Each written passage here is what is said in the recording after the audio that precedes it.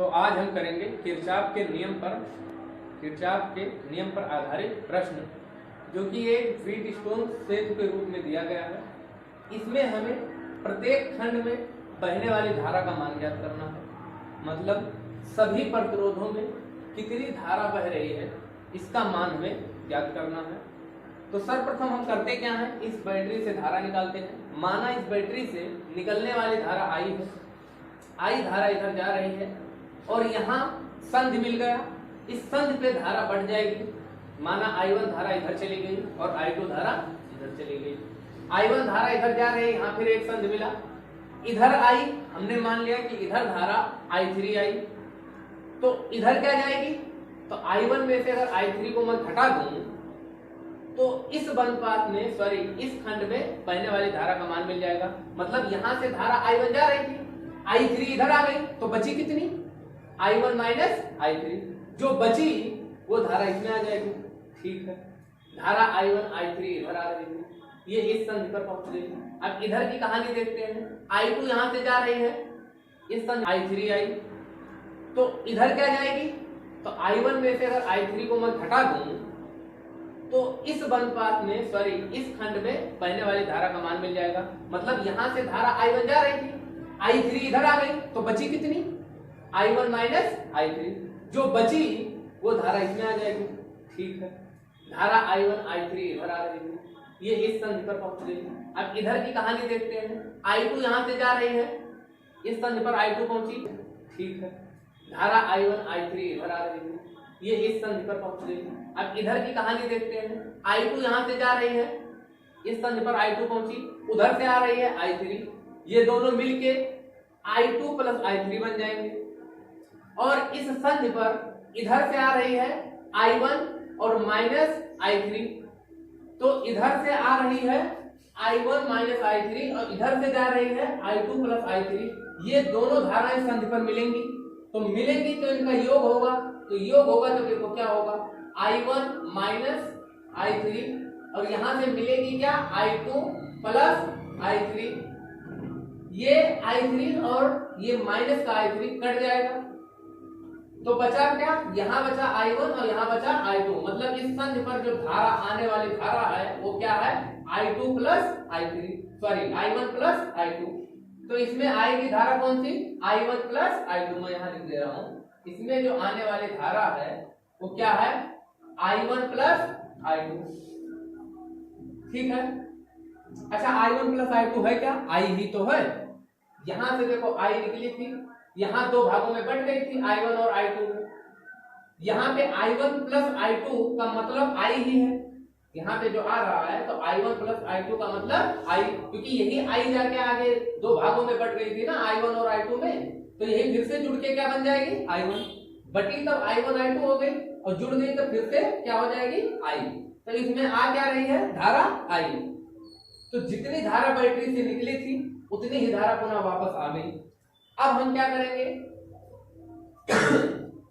इस सेतु में हमें तीन बंधपास दिख रहा है, बंधपास 1, बंधपास 2 और बंधपास 3।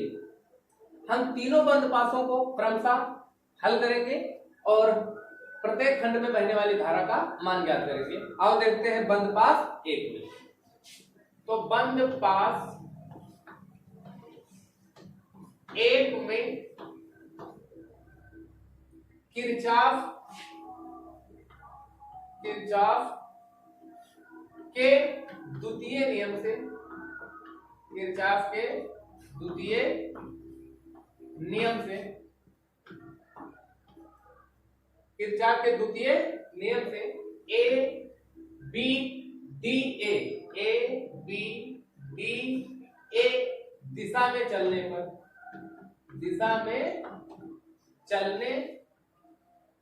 पर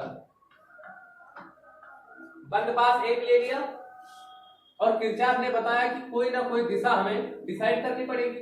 तो हम किस दिशा में जा रहे हैं, A B D A, इस दिशा में हम जा रहे हैं।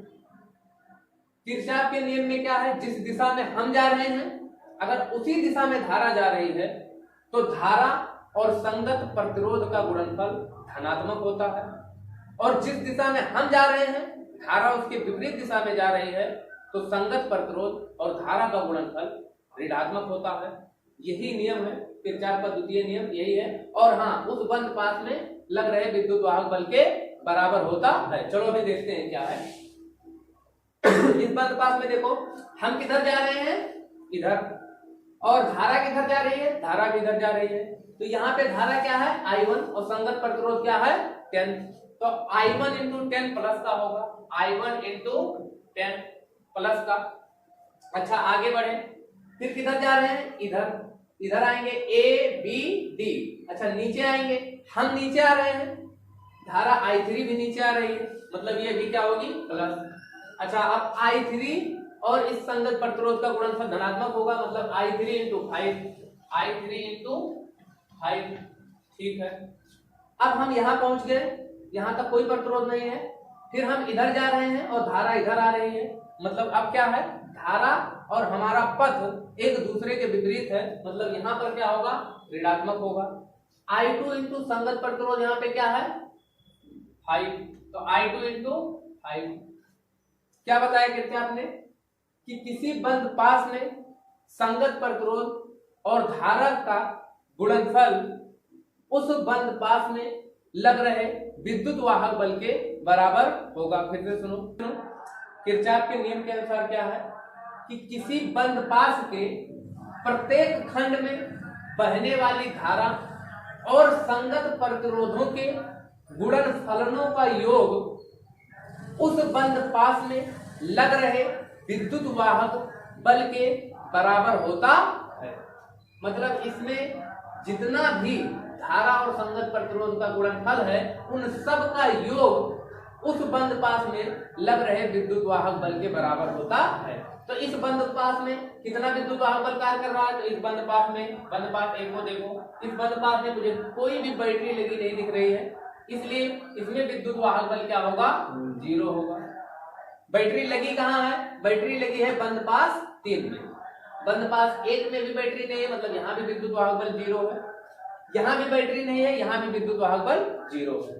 अच्छा अब इसको और सॉल्व करते हैं। 10I1 plus 5I3 minus 5I2 equal 0। अब क्या करेंगे, यहां से 5 कॉमन मिल सकता है, 5 कॉमन ले लो, तो यहां से 5 कॉमन मिलेगा, तो यहां पे बचेगा क्या, 2I1 प्लस यहां पे 5 कॉमन है तो बचा क्या, I3, और यहां पे भी 5 कॉमन है तो बचा क्या, I2 इक्वल 0। 5I3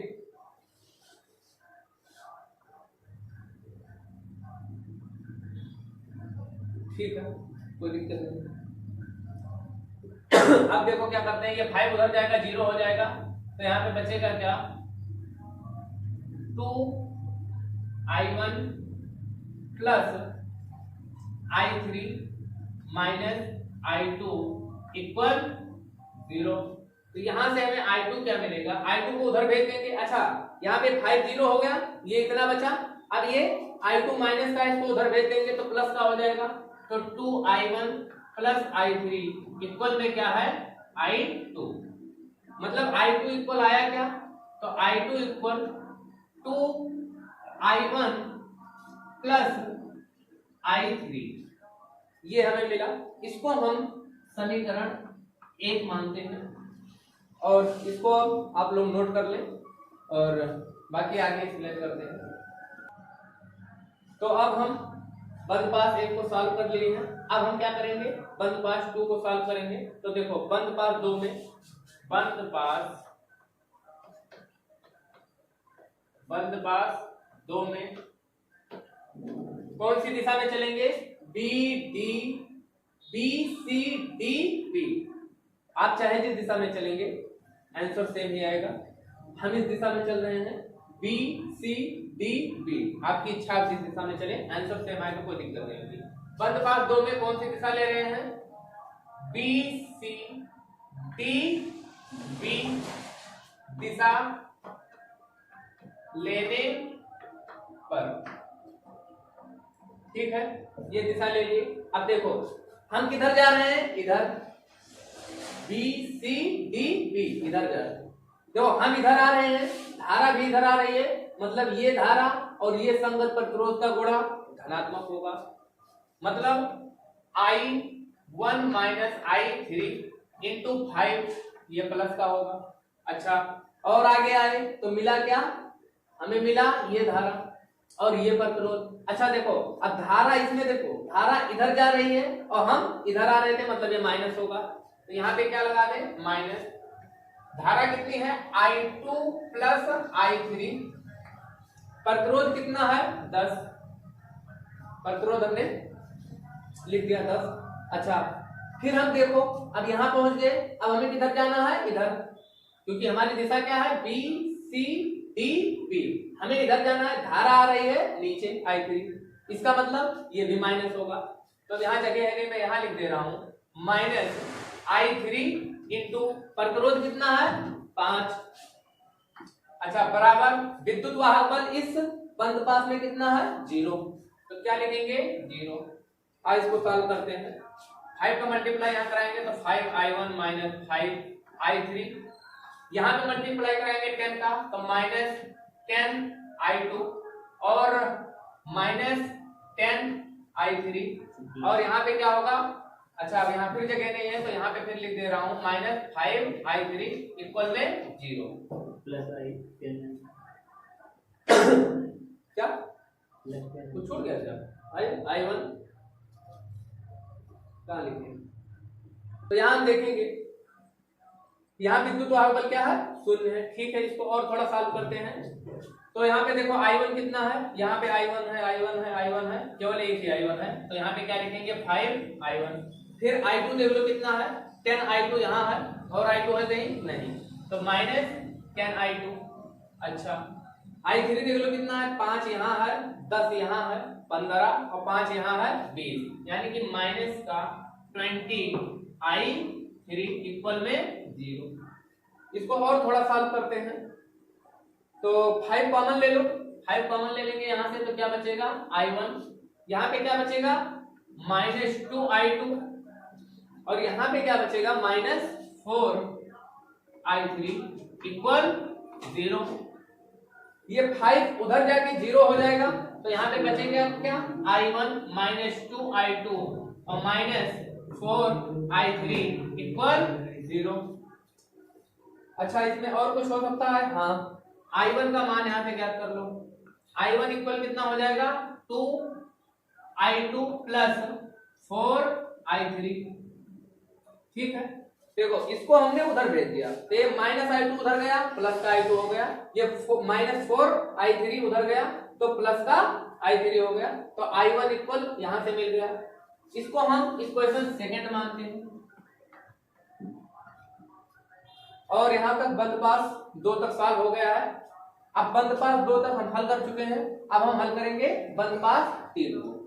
तो बंद पास 3 को सॉल्व करने से पहले आप लोग इसको नोट कर लें। तो अब हम बंद पास 3 को सॉल्व करेंगे, तो देखो ये है हमारा बंद पास 3, इसमें देखो कौन सी दिशा लेके, ए डी सी ई ए, देखो यहां से चलेंगे ए, फिर यहाँ डी सी और ई, और फिर से पहुंच जाएंगे ए पे। तो बंद पास 3 में, बंद पास 3 में कौन सी दिशा ले रहे हैं, ए डी सी ई ए दिशा लेने पर, अच्छा इस दिशा में हम चल रहे हैं। तो अब देखो यहां से यहां सबसे पहले जाएंगे, धारा हम इधर जा रहे हैं, धारा भी इधर जा रही है, तो I2 और 5 का गुणा प्लस होगा, मतलब 5 इंटू I2 ये प्लस होगा। अच्छा आगे देखो कहां जा रहे हैं, हम भी इधर जा रहे हैं, धारा भी इधर जा रही है, तो इसका मतलब I2 प्लस I3 का मल्टीप्लाई 10 से होगा, तो ये भी धनात्मक ही होगा, प्लस 10 इंटू क्या है I2 प्लस I3। अच्छा यहां हम पहुंच गए, अब इधर आ रहे हैं, इधर धारा कौन सी आ रही है I1 प्लस I2, अच्छा I1 प्लस I2 आ रही है, लेकिन यहाँ कोई प्रतिरोध नहीं है। आगे बढ़ते हैं बढ़ते हैं बढ़ते हैं बढ़ते हैं यहाँ आगे। अच्छा यहाँ अगर आंतरिक प्रतिरोध होता बैटरी का तो उससे गुणा हो जाता, बट आंतरिक प्रतिरोध यहाँ कोई कुछ ऐसा बोला नहीं गया है, तो हम कहाँ चले आएंगे, सीधा यहाँ चले आएंगे। यहाँ पे मुझे प्रतिरोध दिखा कौन सा, 10 वाला। तो यहाँ पे क्या है, I1 प्लस I2 धारा इसमें आ रही है, ये I भी जो लिखा है वो I1 प्लस I2 ही है भाई। यही I तो जाके दो भागों में विभक्त हुई है, इसी को फिर से जोड़ेंगे तो फिर से I बन जाएगी, तो वही I1 प्लस I2 बराबर I। तो अब यहाँ जब हम पहुंच गए तो यहाँ पे धारा कौन सी है, I1 प्लस I2, चाहे आप I को हो चाहे I1 प्लस I2 को हो। तो I1 प्लस I2 और 10 का गुणा धनात्मक होगा, क्योंकि हम भी इसी दिशा में जा रहे हैं और धारा भी इसी दिशा में जा रही है। इसका मतलब प्लस का I1 प्लस I2 इंटू क्या होगा 10। अच्छा इक्वल में इस बंद पास में कितना विद्युत वाहक बल है, 10। कितना है 10, अब की बार 0 नहीं है, तो यहाँ पे कितना है 10। इसको थोड़ा सा सॉल्व करते हैं। 5I2 प्लस 10I2 और प्लस 10I3, और यहाँ पर देखो मल्टीप्लाई होगा तो 10I1 प्लस का 10I1, जगह नहीं है यहाँ लिख दे रहा हूं, प्लस का 10I2। अच्छा इक्वल में क्या है 10, ठीक है कोई दिक्कत नहीं। देखो अब यहाँ पे देखो I1 कितना है 10I1, पहले इसको लिख लो 10I1, ठीक है। I2 कितना है, तो 10 यहाँ है और 10 यहाँ है और 5 यहाँ है, मतलब प्लस का 25I2। अच्छा I3 देखो 10I3 यहाँ है और कहीं 10I3 दिख रहा है नहीं, तो प्लस का 10I3 इक्वल 10। इसको और सॉल्व करते हैं, 5 कॉमन ले लेते हैं। कॉमन लेंगे तो यहाँ बचेगा क्या 2I1 प्लस में यहाँ पे बचेगा 5I2 और यहाँ पे बचेगा प्लस का 2I3 और इक्वल में क्या है 10। ये 5 उधर जाएगा तो 5 उधर जाएगा तो इसके बटे में आ जाएगा, तो 2I1 प्लस 5I2 और प्लस 2I3, ये 10 के बटे में आएगा 5, तो यहाँ पे क्या बचेगा 2। अच्छा 2I1 plus 5I2 plus 2I3 equal में कितना है 2। इसी को हम मानते हैं इक्वेशन थर्ड, इसको इक्वेशन थर्ड मानते हैं, और इक्वेशन फर्स्ट और सेकंड को सॉल्व करके इसमें मान रख देंगे और हमें धारा मिल जाएगी। तो इसको नोट कर लें और इक्वेशन फर्स्ट और सेकंड को सॉल्व करते हैं इसके बाद, और धारा कहाँ से लेंगे। तो अब हम समीकरण 1 और समीकरण 2 को सॉल्व करेंगे। तो देखो करेंगे क्या, समीकरण 1 में से समीकरण 1 में से समीकरण 2 को घटाने पर घटा देते हैं। देखो इसमें से इसको घटाओ तो क्या मिलेगा I2 minus I1, right. Left side से घटेगा और राइट साइड से घटेगा, तो I2 minus I3, I2 minus I1 equal, इस पूरे में से ये पूरा घटेगा, मतलब 2I1 प्लस I3 में से घटेगा क्या, ये वाला पूरा, मतलब 2I2 प्लस 4I3, ये पूरा घटेगा। चलो माइनस का अंदर पूरा करा लो, तो 2I1 plus I3 minus 2I2 और माइनस 4I3। इसको सॉल्व करेंगे। I1 वाला तो कोई है नहीं, अकेला है 2I1। देखो यहाँ पे एक I3 प्लस का है और यहाँ पे 4I3 माइनस का है। अच्छा पहले I2 इसके आगे लिख लो, माइनस 2I2, I2 भी नहीं है। अब यहाँ पे ये प्लस का I3 है और ये माइनस 4I3 है, तो ये होगा क्या माइनस 3I3। कोई दिक्कत, देखो क्या हुआ है I1 तो है नहीं, तो 2I1 हमने लिख लिया। I2 भी अकेला ही है, तो हमने लिख लिया -2I2। I3 में देखो यहाँ प्लस का I3 है और यहाँ पे -4I3 है, तो इसमें से ये घट के माइनस का 3I3 बचेगा। ठीक है, अब देखो यहाँ पे क्या है, यहाँ पे बचा है 2I1 -2I2 और -3I3। यहाँ पे देखो क्या है, I2 -I1। अच्छा, I1 को उधर भेज दो, तो I2 बराबर यहाँ पे क्या मिल जाएगा मुझे, I1 को इधर मैं भेज रहा हूँ, तो 2I1 माइनस का I1 है, इधर का आके प्लस का हो गया, और -2I2 और -3I3। अच्छा, इन दोनों को जोड़ेंगे तो क्या बन जाएगा, 3I1। अच्छा, माइनस का 2I2 और माइनस का 3I3, और यहाँ पे क्या है, I2।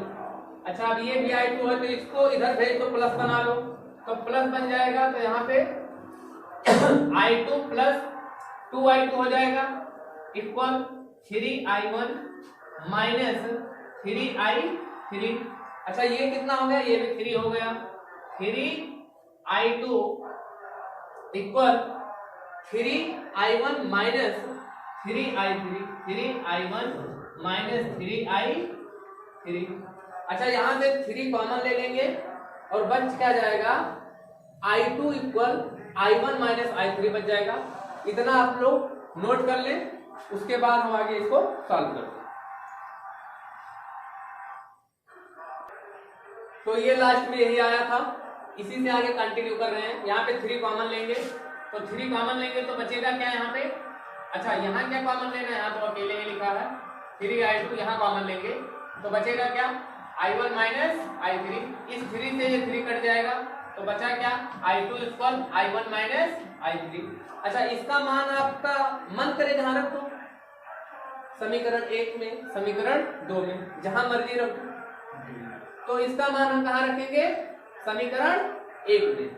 तो देखो I2 का मान समीकरण 1 में रखने पर I2 बराबर I1 माइनस I3, ये कहाँ रखने पर, समीकरण 1 में, समीकरण 1 में रखने पर। ठीक है, इसका मान समीकरण 1 में रखने पर रख दो भैया। I2 के स्थान पे क्या रख दो, I1 माइनस I3, तो ये I2 लिखा है, यहाँ पे लिख दो I1 माइनस I3। तो I1 माइनस I3 इक्वल क्या होगा, 2I1 plus I3, 2I1 plus I3। कोई दिक्कत नहीं होनी चाहिए। ये I3 उधर जाएगा तो प्लस का हो जाएगा, और ये 2I1 इधर आएगा तो माइनस का हो जाएगा। ठीक है, इसको इधर बुला लो। तो ये तो लिखा है I1 और ये आएगा इधर तो -2I1, और ये उधर जाएगा तो प्लस का I3 हो जाएगा, तो I3 plus I3 equal 2I3। ये क्या हो गया, 2I3, और ये क्या बचा, माइनस का I1 बचा। क्या बचा, माइनस का I1। कोई दिक्कत नहीं होनी चाहिए। अच्छा, अब इसको क्या करेंगे, यहां से हम I1 का मान ज्ञात करते हैं, माइनस को उधर भेज देंगे, तो यहाँ I1 बराबर क्या बचेगा, यहाँ मैं लिख दे रहा हूं, I1 बचेगा क्या, देखो यहाँ से I1 क्या बचेगा, ये माइनस इधर आएगा तो I1 बचेगा -2I3। यहाँ से ये मान आप याद रखना, I1 इक्वल कितना आया, -2I3। ये मान अभी हमारे काम आएगा, इसको याद रखना। तो I1 का मान क्या आया था, I1 बराबर आया था I1 इक्वल -2I3। इसका मान कहाँ रखेंगे, फिर मैं कह रहा हूं आपकी मर्जी, आपकी मर्जी I1 में रख दो, आपकी मर्जी I2 में रख दो, जहां मर्जी रखो। तो हम कहां रखने जा रहे हैं I1 का मान, समीकरण 1 में।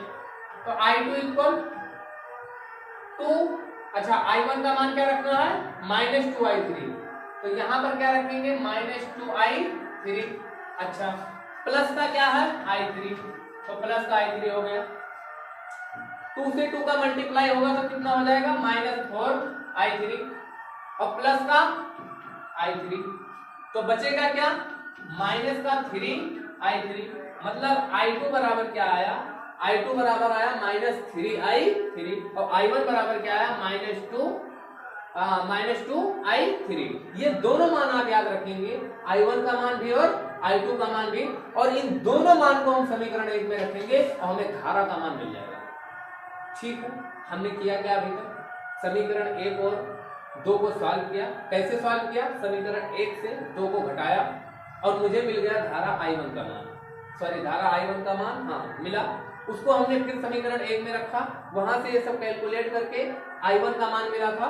फिर पुनः हम जब समीकरण 1 में I1 का मान रखे तो I2 का मान भी आ गया। अब I1 और I2 के मान को आप याद रखेंगे और इसका यूज करके समीकरण 3 से हम धारा का मान ज्ञात कर लेंगे। तो समीकरण 3 हम लिखते हैं यहाँ, तब तक आप इसको नोट कर लें। तो ये हमारा समीकरण नंबर 3 था।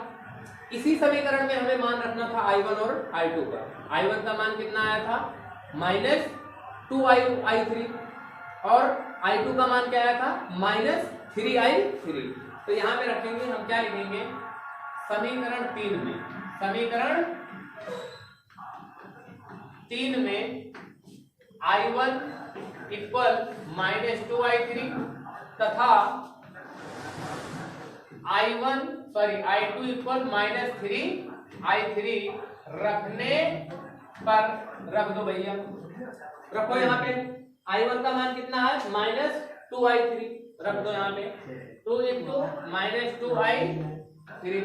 अच्छा, यहाँ पे देखो +5, I2 का मान कितना है? -3i3। अच्छा, समझ में आ रहा है ना? यहाँ पे I1 का मान रखा, यहाँ पे I2 का। अच्छा, प्लस लिखा है, प्लस लगाओ, और यहाँ पे 2i3 इक्वल में क्या है? 2। इसको सॉल्व करते हैं थोड़ा सा। 2 और 2 का मल्टीप्लाई तो -4i3।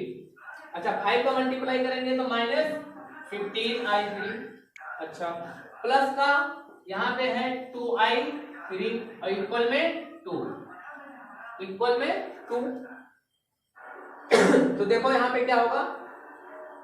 I3 कितना हो गया? 15 4 19, और 19 में से 2 घटेगा तो कितना बचेगा? 17, और वो भी माइनस का 17i3 बराबर 2।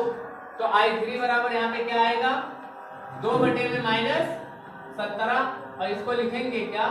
इसको लिखेंगे -2 बटे में 17, -2 बटे में 17, और ये है किसमें? एम्पियर में। किसमें है ये?